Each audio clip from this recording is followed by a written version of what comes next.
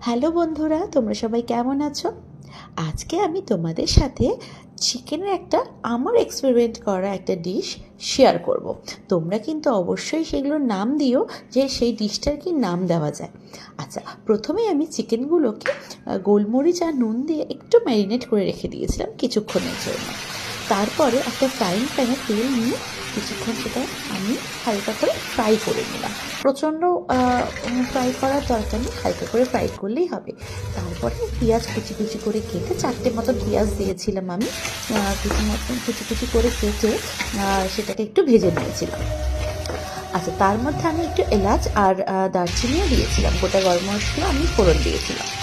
আচ্ছা, পেঁয়াজ যেটা আমি ভেজেছিলাম সেটার আমি একটা পেস্ট বানিয়ে নিয়েছিলাম, অবশ্যই হালকা ঠান্ডা হওয়ার পরে।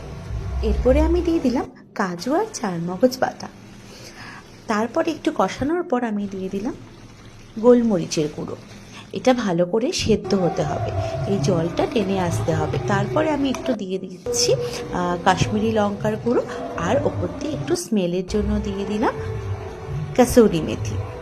আর সবটা ভালোভাবে টেনে টেনে আসার পর আমি দিয়ে দিলাম ওপর দিয়ে একটু ফ্রেশ ক্রিম। ব্যাস রেডি হয়ে গেল আদা রসুন লঙ্কা ছাড়া একদম সিম্পল একটা চিকেন।